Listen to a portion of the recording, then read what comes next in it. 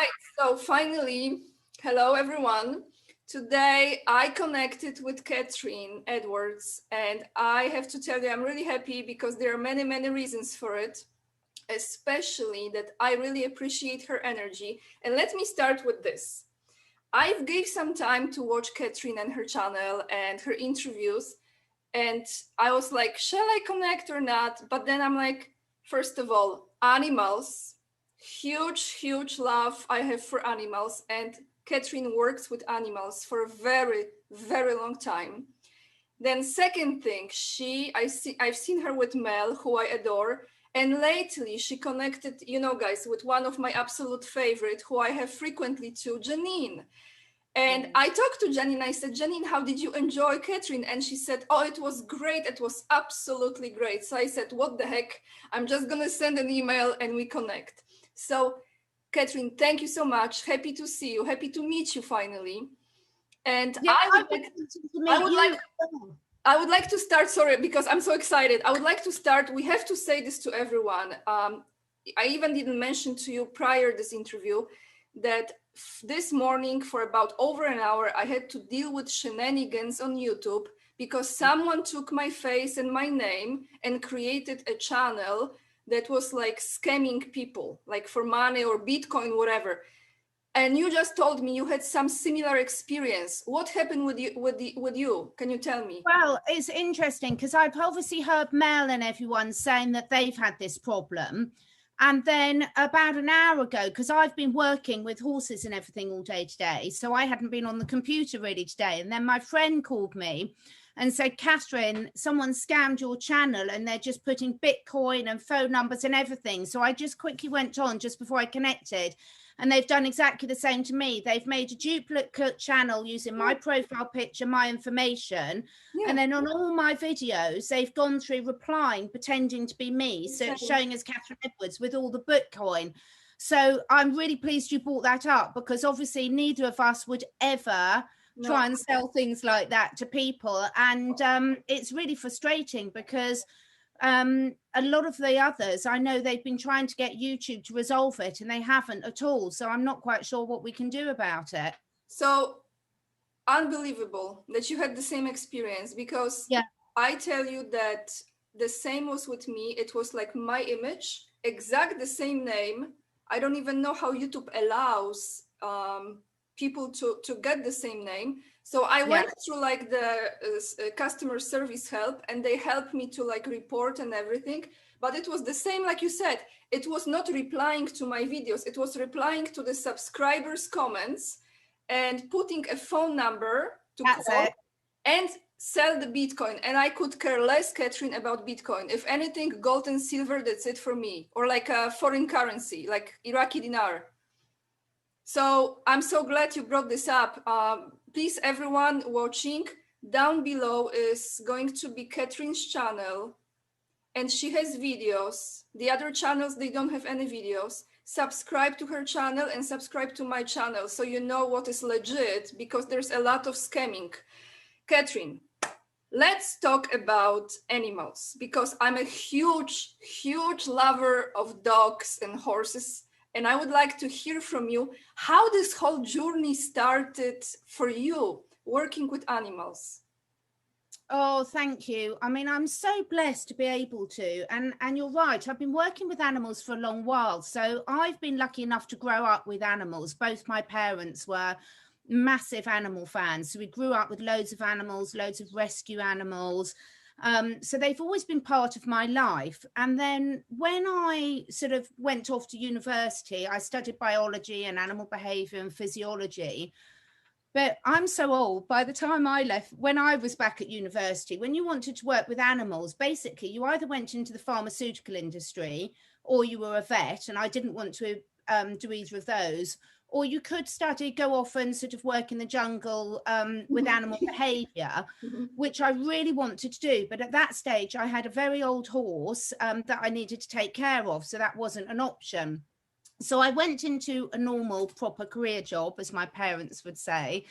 But I've always had loads of animals and rescued them. And then when I had my children, sort of 21 years ago, I had a real breakthrough. I sort of basically I sort of thought, you know, what example do I want to set to my children? And it wasn't actually that I didn't like my jobs. I mean, I've had a lot of careers and everything's led me to this place. I've worked in the environmental industry, I've worked in the telecoms, so I know all about the EMF, the 5G, etc. But my passion has always been animals. So I retrained as an equine iridologist. So have you ever heard of iridology, reading the iris of the eyes? Oh, yes, so yes. Mm-hmm.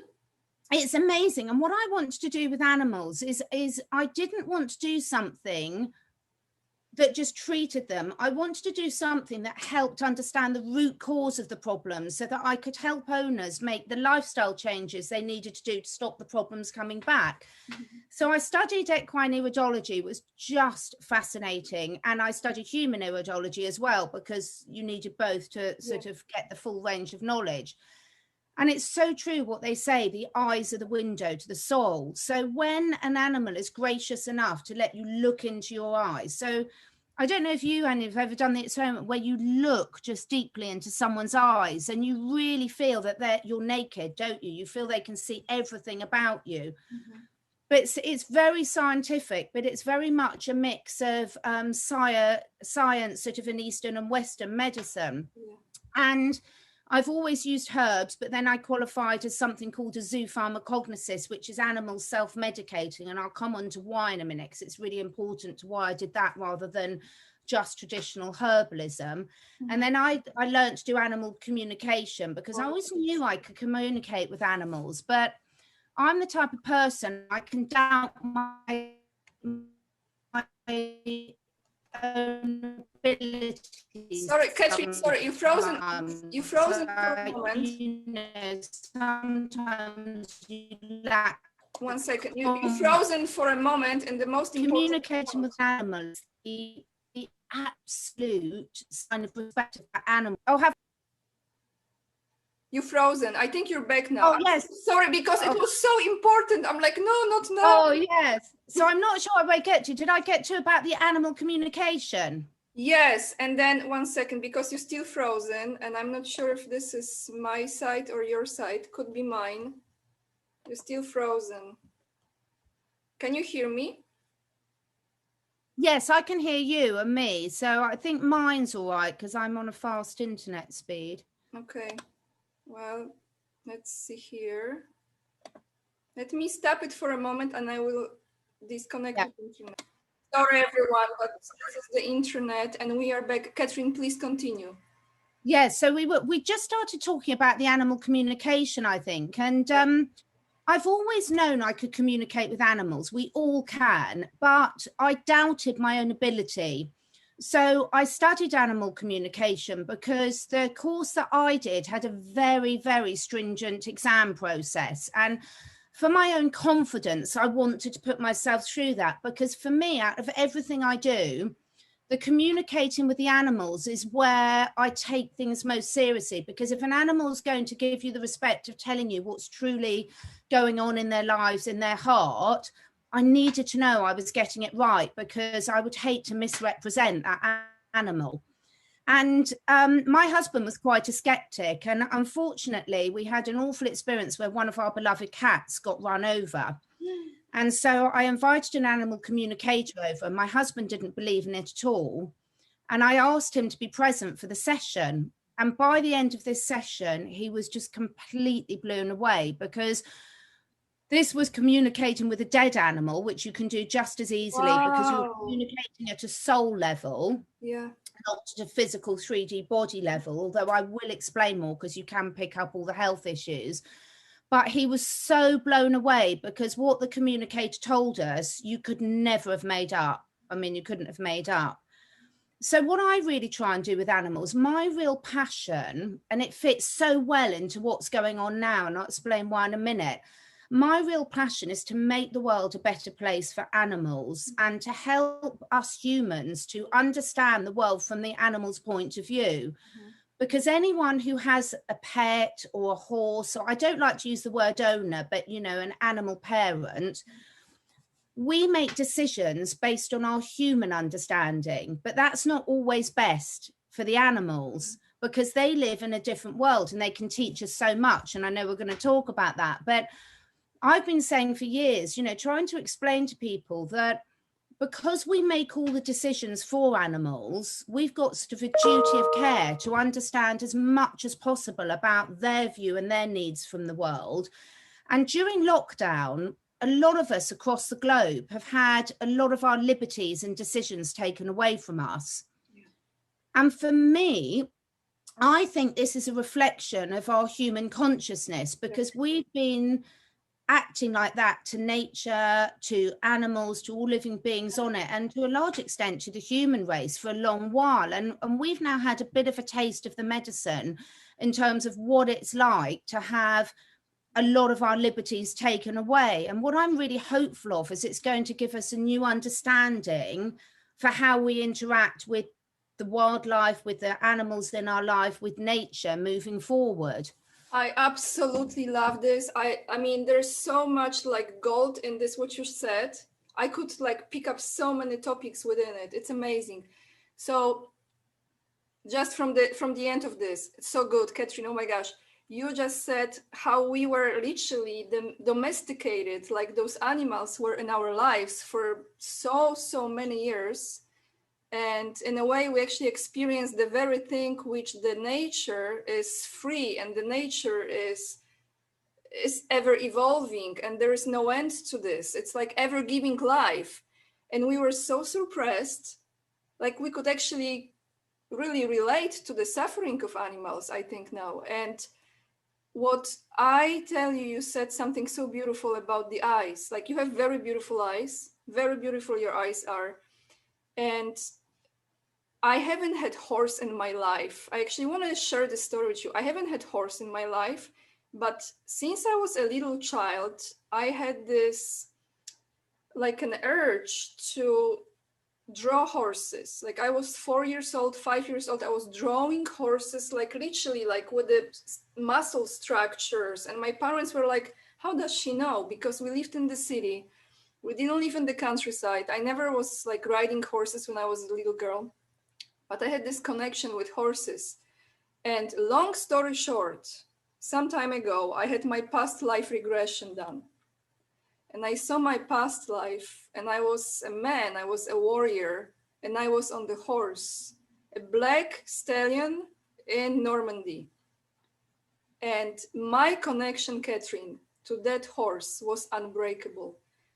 He was like, I mean, there was such a strong bond between me and that horse in that past life in middle age.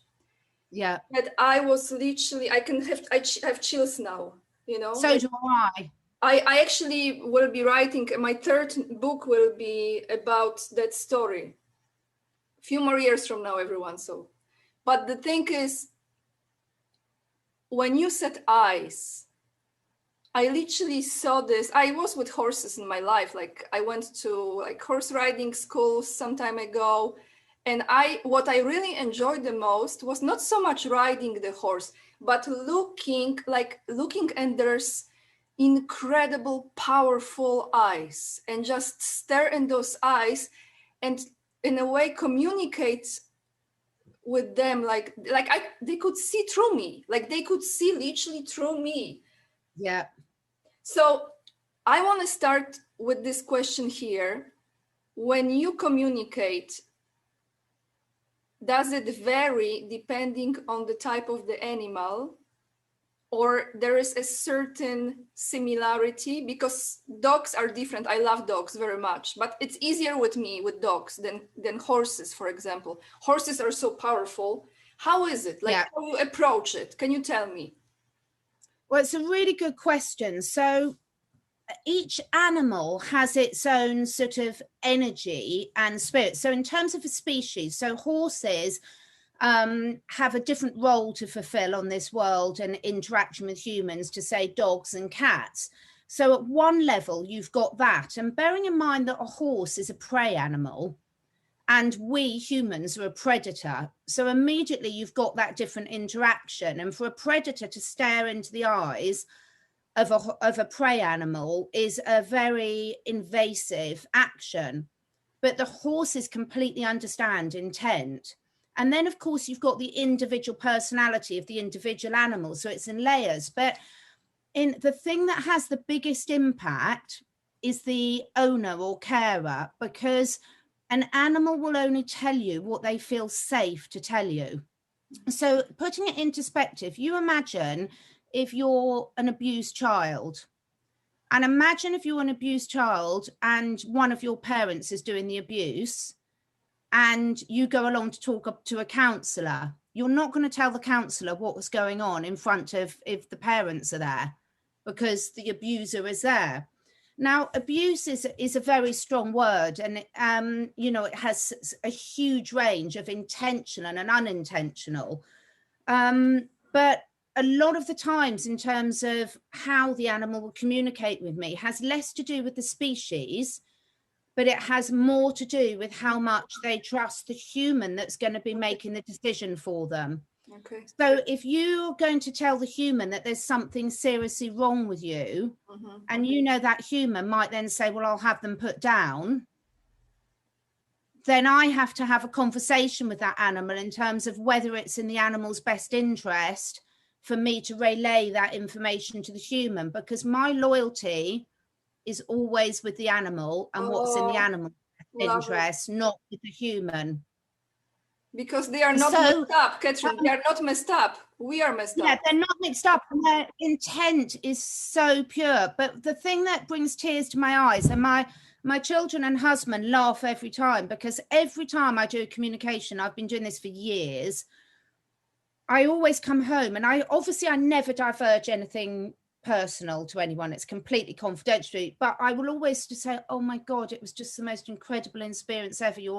What they told me, and they said, when are you going to get used to this? This happens every time. But what breaks my heart more than anything, Ania, is the fact that the animals know everything that's going on in our lives, everything. So different communicators will pick up different things based on what my energy is. So because I've got a medical and biological background, but because also I've got a very spiritual background, they'll tell me certain things. So if you imagine your 4 best girlfriends, and you might have 4 best girlfriends, but they've all got different personalities. So one of them you might talk to more about your career. One of them you might talk to more about your love life. One of them you might talk to more about your past.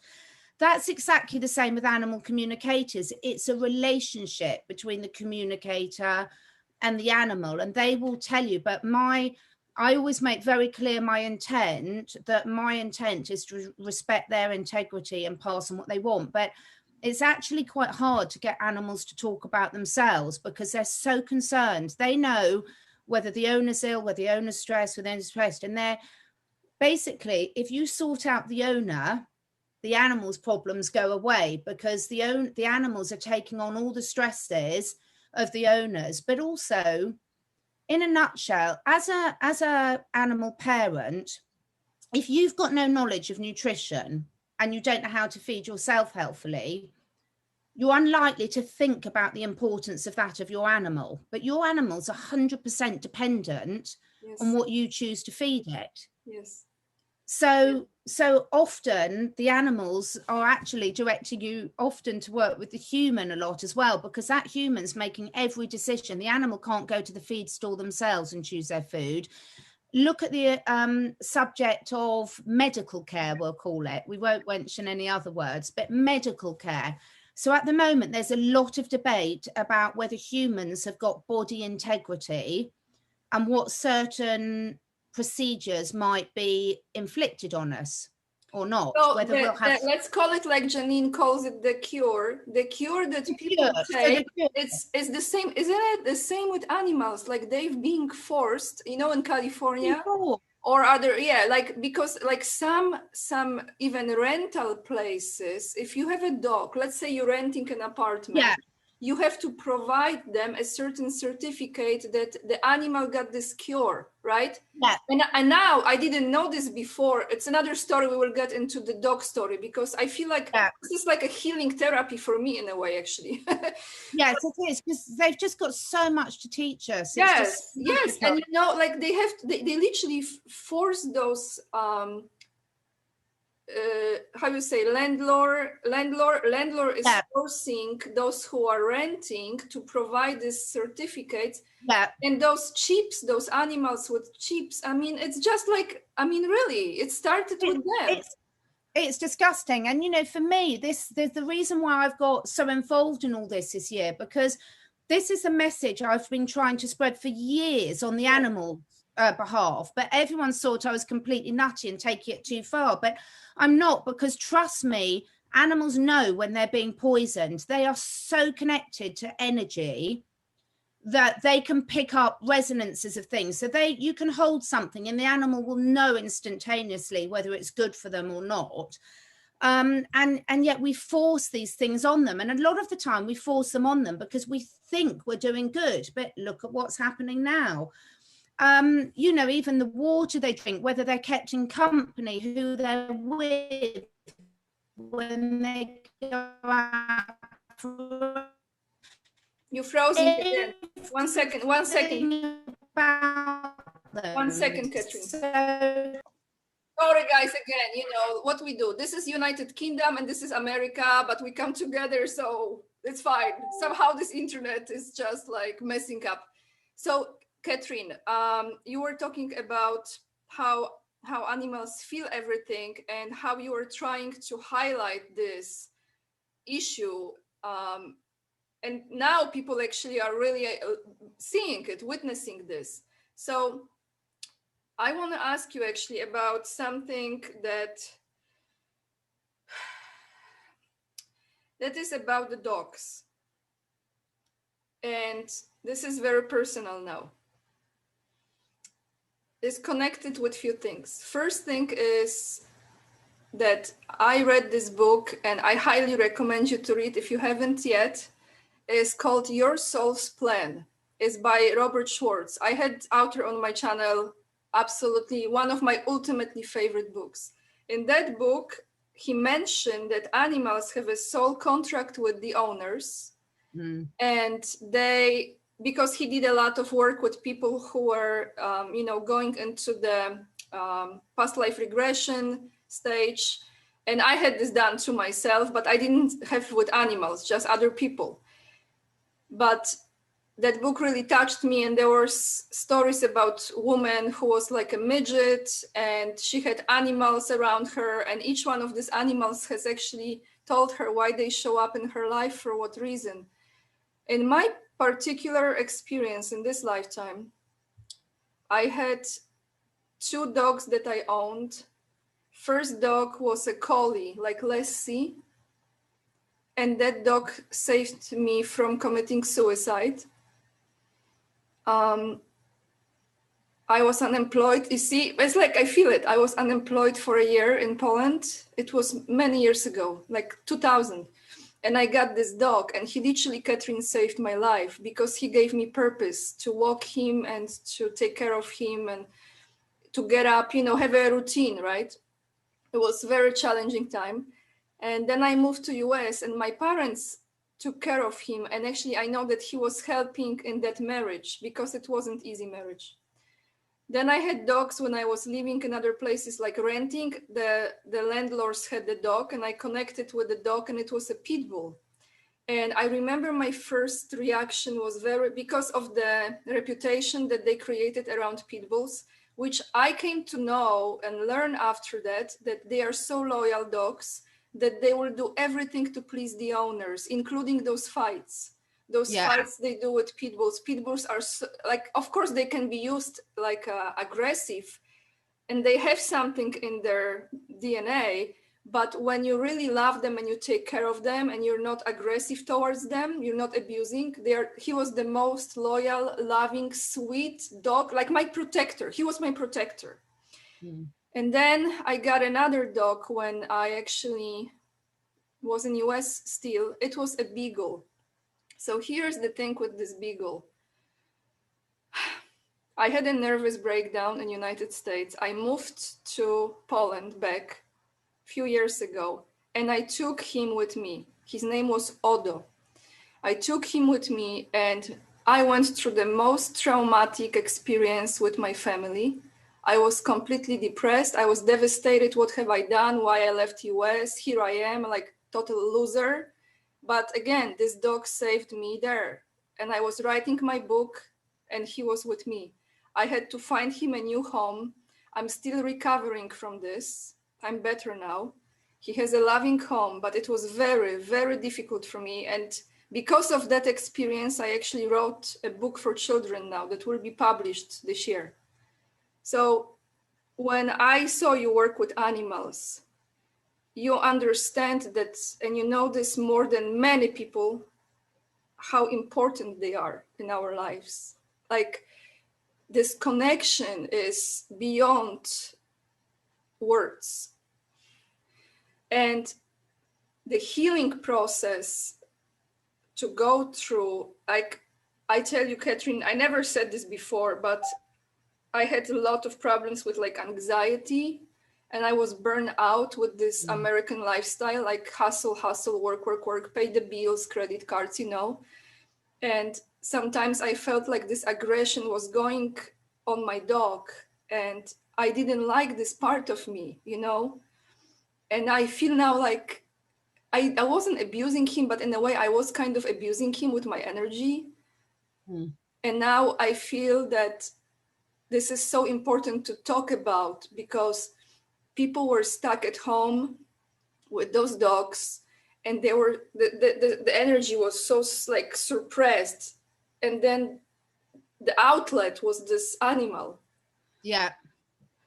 So how would you say, I'm sorry, this was so much about me, but I think you are the person who will really understand what I said, because I still feel it. Like I miss him so much. He has a very good life now, but he was my best friend, you know. It's like a baby. So how people can find a way to, in spite of those challenges they've been forced on, find a way to appreciate and love this God-given creature they have in their life? Yeah, it's a huge one, because I don't think, I mean, first of all, we're taught that animals don't have the same feelings and thoughts as humans, and we can see that in everyday language. You know, even when people say, well, you know, you're like sheep following this and everything, and it's a lot of derogatory, not meaning to be, terms about animals. But I think it comes back to the core of, at the moment, there's a huge awakening of people understanding that you can't get happiness from outside of yourself. You can only get happiness from inside of yourself. And you are so right. And every animal that comes into our life, whether it's a goldfish, a horse, a dog, a cat, a hamster, there's a soul contract there, and there's never an accident. So one of the main things I work with is there's often a lot of synergy between health-wise, physical and emotional, what's going on with the animals and what's going on with the human. But I think we all learn from our mistakes. You know, we've said this over and over again, we learn from mistakes. But the great thing is to understand that, and you have got that connection at all times with your dog. It doesn't matter what country they're in, doesn't matter whether they're living with another family now. So every time that you tune in or think about your dog and send them love, he's getting it. He's absolutely getting it. And animals forgive in a way that humans just find really, really difficult to. And so it's a beautiful story. Cry before here. It is. It's really, I mean, everyone cries because they are just pure goodness. You know, there's a lot of talk about the children, and children's souls are so pure, and so are animals. And to me, you know, I mean, my children know I've never differentiated between my 2- and 4-legged children. Well, I probably have, because the 4-legged children get fed first. But but you know, their animals are really pure. Now, they forgive, but they don't forget. So I get a lot of rescue animals that have been very, very abused. So I've got 2 dogs and a cat from Romania. And I've got loads of English rescue animals. And the dogs from Romania were the most traumatized animals I've ever had to deal with. I mean, horrendously traumatized. And now they're amazing. I've had them sort of 3 years. But they've still got such issues. But so the difference is, it's like if you've got a human who's been beaten by someone, that human might wake up every day of their lives thinking, I can't forgive them, they've ruined my life, look what they've done to me, physically they've ruined me, sort of thing. A dog or a cat or a horse won't think that, but trust me, the moment they see that human again, they remember. You know what? So good. Oh, I'm so glad you said this. Because energy, the vibes don't lie. And they literally, this is the thing with dogs. That's why I love dogs, because they will just kind of distance themselves. If the person is not good, the energy is not good, they are not going to come close. But yeah, I mean, they literally run to me. Like I walk on the beach and people walk them, and because I still have this love for my dog, and I'm like, oh, doggy, and they just run to me, and the owner is like, what's happening? Like they never go to other people, and I'm so happy and so grateful. Yeah, I'm not saying I'm like ideal human being, I'm not, but people, like, you know, these guys, like they sense energy so much, and if someone doesn't like animals, to me it says everything. Yeah. And you know, we're talking a lot in terms of the, you know, the type of people that you and I speak to, and what we're trying to learn from the current situations about tuning in with your intuition. And it's a skill that most of us have lost because we've lived so much in our headspace, we've forgotten to live from our heart and our gut. But animals live their whole life from that. And so the more time we spend with the animals, the easier it is for us to get back into that and to really tune in with our intuition. And never has there been a time when it's more important. But equally, if an animal's confined in a space with a human, so typically, you know, horses that are kept in stables, or dogs and cats that are forced to live with humans, or rabbits and guinea pigs in hutches, the trouble is they take on all our energy as well. Yeah. So it's really, really important that we learn how to control that. But animals are so forgiving, but they don't forget, but they're very willing to forgive. And what they'll do is they'll judge the person on how they are now. So say you got someone who had been going through a really difficult time and might have abused an animal in the past, and say that person's done a lot of work on themselves to get rid of that anger or whatever it might be. When that animal meets that person again, they will judge them how they are right here, right now. So if that person's energy has changed, yeah, they'll pick it up. So, you know, most people, you know, if anyone's done anything, you know, that I look back about, you know, every single animal every single day teaches me something, and we do things often with the best intent. And then if not, we can ask them, and we can absolutely ask for their forgiveness. We can ask them to teach us. And the more we tune in to read their communication, the better decisions we make for them. And isn't that true for ourselves? You know, we were talking a bit earlier about intuitively we read people's energies, and yes, who we want to connect with and who we, yes, don't. And, you know, there's no better, you know, sort of being to teach you how to do that than an animal. And, you know, when you said it, it just reminded me this, Catherine, and not just unconditional love, but there is this beautiful thing they remind us of, to let go of the grudges. Like you can leave the room for like 10 minutes, you come back and they greet you like you were gone for like a week. And it's like they literally let go of this negative energy, unless, I agree, unless they are really abused and they have this very traumatized memory. Yeah. But that's different. So how many dogs you have and how many cats you have? I want to know, like, how is your like how many animals? So at the moment, because it changes rapidly, because I've got a lot of very old animals at the moment. So last year was a really hard year for me because I lost my father and 3 of my old cats. So at the moment, I have got 5 cats.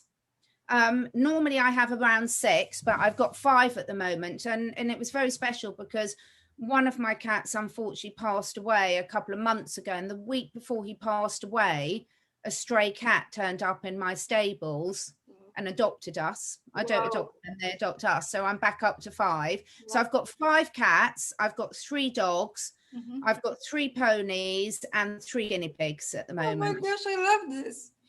You like really Dr. Dolittle, for real.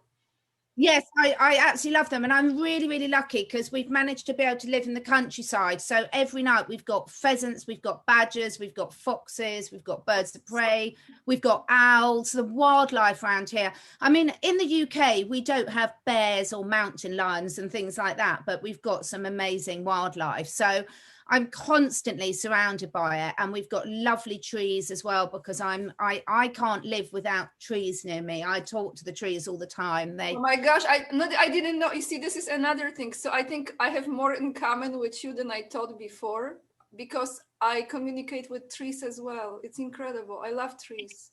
Just amazing. Like souls. They're like souls, soul in the tree, for real. Absolutely, absolutely. And so I'm really, really lucky with the animals, and that I've got my little sort of wildlife sanctuary. And then working with animals, I work with all species, and I do a range of therapies and a range of basically very much holistic. So I look at everything. I look at the food, I look at the environment, I look at the company, I look at the owner, you know, plus using a range of holistic therapies to look at it. But it's the best job in the world. It really is the best job in the world. So but equally it's hard.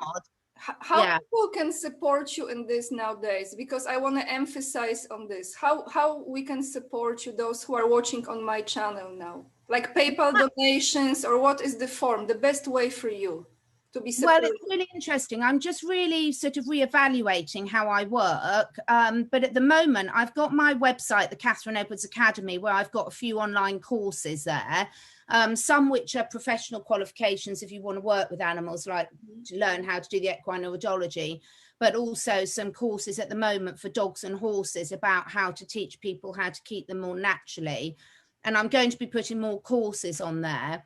And then I am actually going to be setting up a Patreon channel, because I get asked so many questions that I want to be able to have more interaction on the animal side of things, because you know, when we understand our animals, we understand ourselves at such a deep level. It's such a win-win situation. It really is. And the bond, as you know, that you then get from them is just absolutely priceless. Yes. It really is. Yes, it really reminds us what's important in life. Yes. It really does. But if there is like a PayPal link you have for donations or something, then I will have a PayPal link. I haven't put it out before, but I am going to. And I'm also sort of, I've started writing my first book. I've got about 10 books I want to write, and it took me a long while to see. But this one's all about the lessons I've learned from some of my animals, because there's such simple things, but they're so powerful. And I would just encourage everyone, you know, at the moment, any time that you can spend with an animal, or even out in nature, because even if you're sitting under a tree, they'll all be looking at you, they'll all be around there. And then the better you get at bringing your heart and mind into coherence and meditating, you'll find they'll all, like you do, they gravitate to you, don't they? Mm-hmm. And you said this so beautifully now, because truly it is, we actually are, when we go into nature, we stay there long enough, we are tuning into the frequency of those trees and the plants and the birds that I love. All of this is literally tuning us to this energy. But Catherine, I'm so happy to connect with you. And you know what? I want to tell you another thing. One of my dreams is actually to live in the British countryside one day. Oh, wonderful. And I just have such a strong, I think it's my past life. I know it's my past life. Yeah. I see like you have a pillow with like Union Jack behind you, and I'm like, whoa. Yeah. Yeah, because I love United Kingdom, and I love Scotland. I just have, and France too, and other countries, but I feel very strong connection with UK, and I am such a huge supporter for everyone there to not to give up and to go through this stage. It's really the last stage right now. But tell me, how you think is the energy overall in your country right now? How you feel it, you know, energy-wise? Do you know, I think where we are in the UK at the moment, it's quite difficult, because I haven't watched the mainstream news for 15 years, but I've started having to dip in so I can see where other people are at. At the moment, it's the worst it's ever been, if I'm being honest, in the UK. But for me, that's a positive, because we know that sometimes things have to reach rock bottom before the new can burst through, a bit like a butterfly coming out of a catalyst. And I feel that at the moment in the UK, we're stuck in the catalyst, and that catalyst is rock hard and we can't break out. But so I feel almost like we were like Australia was, you know, Australia had such a tough time of initially. We're sort of in that stage. I've never seen the British people so downtrodden. It's unbelievable. I feel like I'm living in a parallel universe. I can't believe what I'm seeing. But equally, I've got 100% hope that, you know, we're just about to break free. You know, there's a reason why we chose to come out of Europe, and we had the guts and the courage to do that. Even though the votes were rigged, we still got out. So, you know, exactly.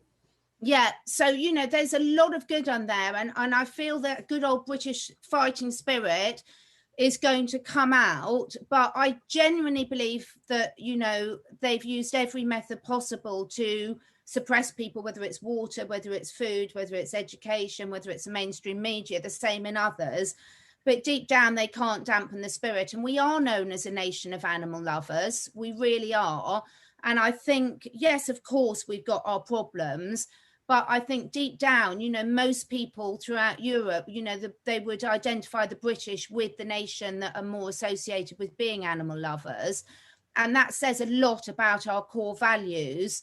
But I'm really seeing how tough it is for everyone at the moment. But, you know, you've got to reach that rock bottom just before you go up. And I think we're at the bottom of the curve now. So fingers crossed it's going to be raising up very soon. I just love you guys there, and I support you, Catherine, and all your work.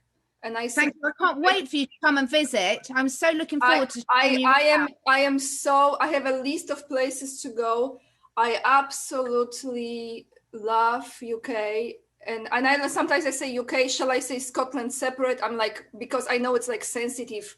Wales. Scotland's magical. I've got really good friends in Scotland. We went up and stayed in a yurt in the middle of nowhere, and Scotland's magical, absolutely magical. Powerful energy, right? It's like very mysterious, like very yeah, it's magical. It's especially for writers, actually. You know, writers, yeah.